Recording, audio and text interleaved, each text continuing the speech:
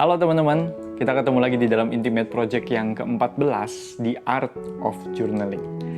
Ketika kita sekarang masuk di dalam era di mana kita melakukan segala sesuatu dengan cara online, kita bisa dengan mudah terdistract atau terganggu oleh banyak hal. Ketika kita bergereja misalnya, kita banyak sekali terganggu, kita tidak bisa fokus ketika kita berada di rumah, kita bisa dengan mudah mengganti channel sambil main, sambil lihat chatting, dan lain sebagainya. Ataupun ketika kita sekarang di semester ini sekolah secara online, itu pun banyak mengganggu kita karena kita tidak bisa fokus dengan satu hal, kita tidak bisa mengerjakan tugas-tugas, mengerjakan PR, atau memperhatikan pelajaran dengan baik dari guru. Sehingga walaupun sekarang kita sudah mulai punya jadwal yang teratur, tapi kita bisa katakan kehidupan kita sekarang tidak teratur. Kehidupan kita sekarang mungkin berantakan. Padahal sebagian besar dari kita mungkin sudah bersaat teduh, kita sudah berdoa, kita sudah berusaha, tapi kerohanian kita masih kering. Teman-teman, kenapa? Karena salah satu penyebabnya adalah kepekaan kita, kepekaan rohani kita sekarang menjadi tumpul. Ketika kita banyak di rumah, melakukan segala sesuatu secara online, kita gampang sekali terganggu. Tetapi lama-kelamaan kita melakukan banyak sekali kegiatan rohani. Tetapi sekarang kegiatan itu menjadi hambar. Kita tidak lagi punya kepekaan secara rohani. Tuhan mau ngomong apa maunya Tuhan. Kepekaan rohani kita sekarang menjadi tumpul. Dan pertanyaannya di tengah kekeringan seperti ini, yang sudah mulai berjalan dan kita gampang sekali terganggu, jadwal kita berantakan, apa yang bisa menguatkan kita? Teman-teman, salah satu hal, praktik rohani yang sebetulnya latihan rohani yang paling sederhana adalah journaling atau mencatat. Teman-teman, jurnal atau catatan atau semacam diari dengan Tuhan itu adalah alat spiritual yang sangat-sangat penting. Kenapa? Karena yang pertama, kita itu manusia adalah makhluk yang pelupa. Kita mudah sekali lupa. Teman-teman, jangankan kebaikan Tuhan di sepanjang setengah tahun ini mungkin, atau tahun ajaran yang lalu. Apa yang dikhotbahkan minggu lalu aja, mungkin kita lupa. Mungkin kita nggak ingat. Betapa kita manusia gampang sekali lupa. Dan tahukah kita itu penyakit dari zaman lampau. Dari zaman bangsa Israel sekalipun, dosa mereka yang terbesar sebetulnya apa? Dosa mereka yang terbesar adalah mereka lupa. Bangsa Israel di perjanjian lama, bahkan ketika Tuhan sudah bawa mereka keluar dari tanah Mesir, menyaksikan perbuatan Tuhan yang hebat, membelah laut, persis setelah itu mereka lupa, seakan-akan mereka amnesia, hilang ingatan, dan persis saat itu juga mereka berdosa, menyembah Allah lain, dan bahkan mengeluh kepada Tuhan. Dikatakan di Hakim-Hakim, orang Israel melakukan apa yang jahat di mata Tuhan, mereka melupakan Tuhan Allah mereka, padahal sudah melihat dengan mata kepala sendiri. Kenapa? Karena kita adalah manusia yang pelupa. Dan bahkan secara rohani, lupa itu adalah penyakit yang sangat-sangat berbahaya bagi engkau dan saya. Kenapa? Karena kita dengan sangat mudah melupakan berkat Tuhan. Kita dengan sangat mudah melupakan pertolongan Tuhan di masa lalu. Teman-teman, ketika kita sekarang mungkin merasa kering, kita saat teduh sangat-sangat hambar, kita tidak merasakan Tuhan. Apa yang kita catat di dalam jurnal misalnya, bagaimana Tuhan hadir dalam hidup kita, menolong kita, memimpin hidup kita, cara-cara Tuhan yang mungkin tidak terduga, atau berkat-berkat Tuhan yang sangat kecil, yang kita catat, itu bahkan bisa menjadi penguatan. Ketika saya membaca jurnal saya di masa lampau, saya melihat ternyata Tuhan selalu dan terus-menerus menolong saya, bahkan di masa-masa yang khawatir dan penuh dengan ketakutan seperti ini. Sehingga itu terus bisa menjadi kekuatan bagi kita, walaupun Tuhan seakan-akan sekarang diam buat kita, tidak kita rasakan. Tapi kita tahu pertolongannya selalu tidak pernah terlambat. Kenapa? Karena kita ingat perbuatan Dia di masa yang lalu, ketika kita mencatatnya di jurnal rohani kita. Teman-teman, kalau kita sekolah aja kita harus catat, kita merasa kita wajib catat, kalau nggak kita lupa. Usaha, masa kita dengan Tuhan, kita sama sekali tidak ada usahanya. Dan bahkan Tuhan sudah terlalu baik bukan dalam hidup kita. Tetapi perbuatan Tuhan yang terlalu baik, itu justru yang sangat-sangat cepat kita lupakan. Dan bahkan sekarang ketika kita merasa hambar, tidak ada relasi dengan Tuhan, ingat dulu Tuhan selalu dan pernah menolong kita. Kita adalah makhluk yang pelupa, karena itu kita harus catat. Journaling adalah sebuah latihan rohani untuk mengingat kembali kebaikan Tuhan. Itu menjadi kekuatan bagi kita di masa-masa seperti ini. Dan yang kedua, sebetulnya, kenapa kita butuh untuk journaling, untuk mencatat perjalanan rohani kita. Mungkin itu bentuknya seperti ucapan kita dengan Tuhan, doa kita dengan Tuhan, atau refleksi kita di hari itu. Kenapa kita perlu mencatat atau journaling? Yang kedua adalah karena kita orang yang suka terburu-buru.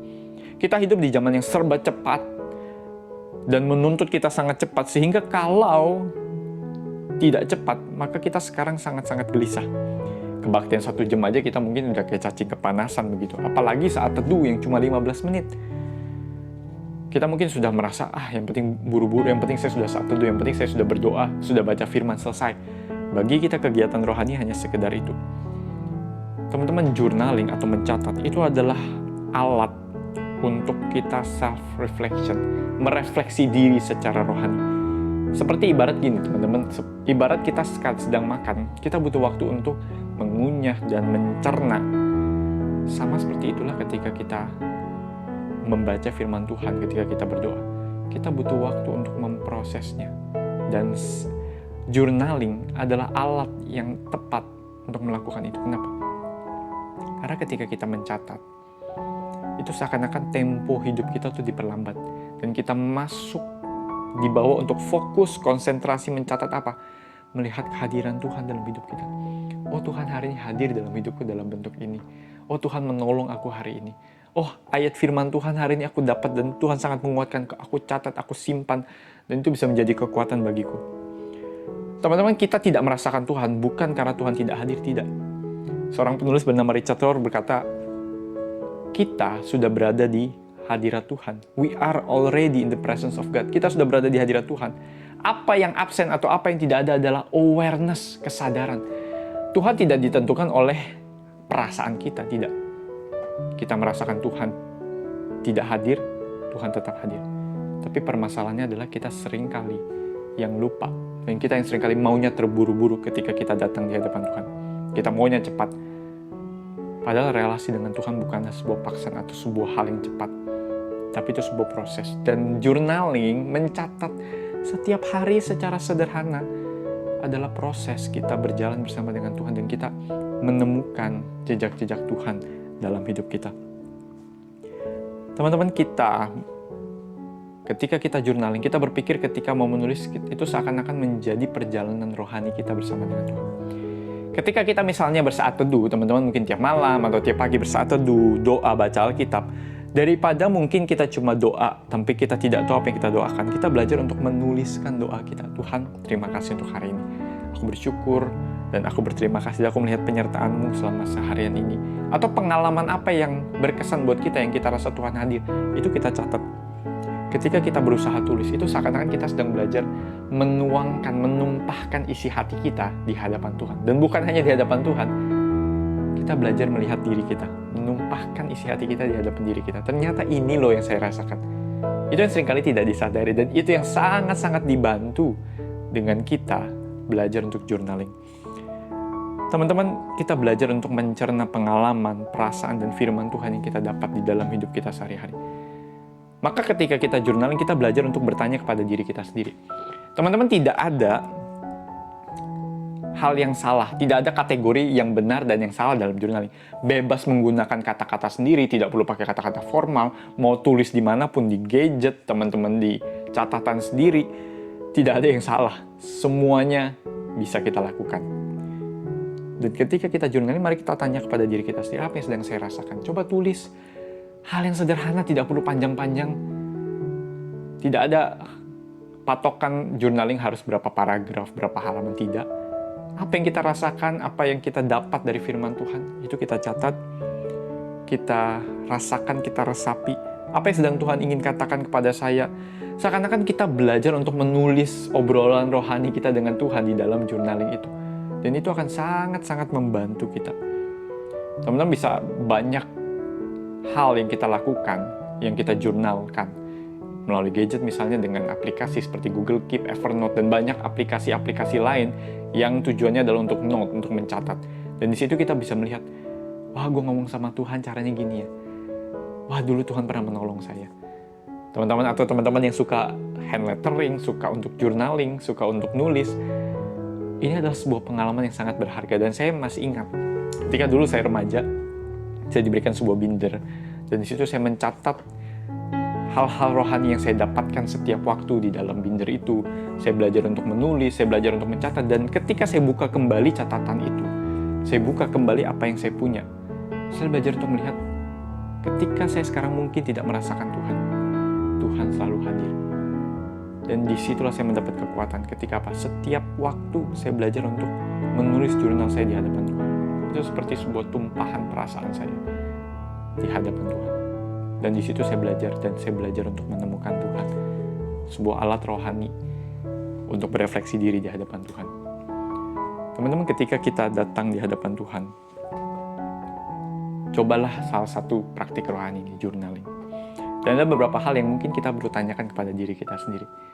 Teman-teman, yang pertama, kalau boleh jujur, bagaimana kondisi kerohanian kita saat ini? Mungkin teman-teman mau tulis di jurnal juga boleh, atau teman-teman bahas dengan teman-teman KTB, bagaimana kondisi kerohanian kita saat ini? Yang kedua, pernahkah kita membuat jurnal atau catatan perjalanan rohani kita dengan Tuhan? Mungkin teman-teman pernah catat di notes teman-teman, di HP, dan lain sebagainya.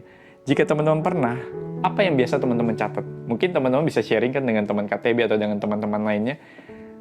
Teman-teman mungkin pernah catat soal apa biasanya?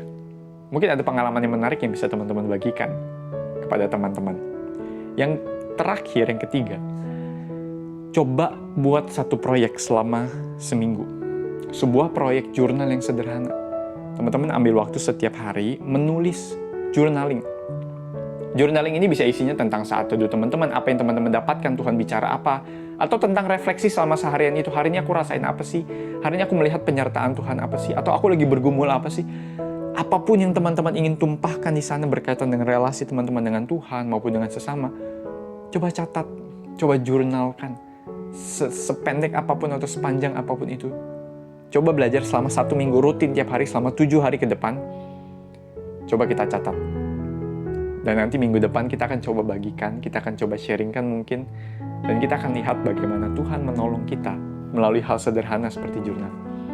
Dan bila Tuhan terus menolong kita di dalam masa-masa seperti ini, jangan lupa untuk saat teduh dari bahan yang disediakan, yang di deskripsi. Dan sampai kita bertemu lagi. Tuhan memberkati kita semua.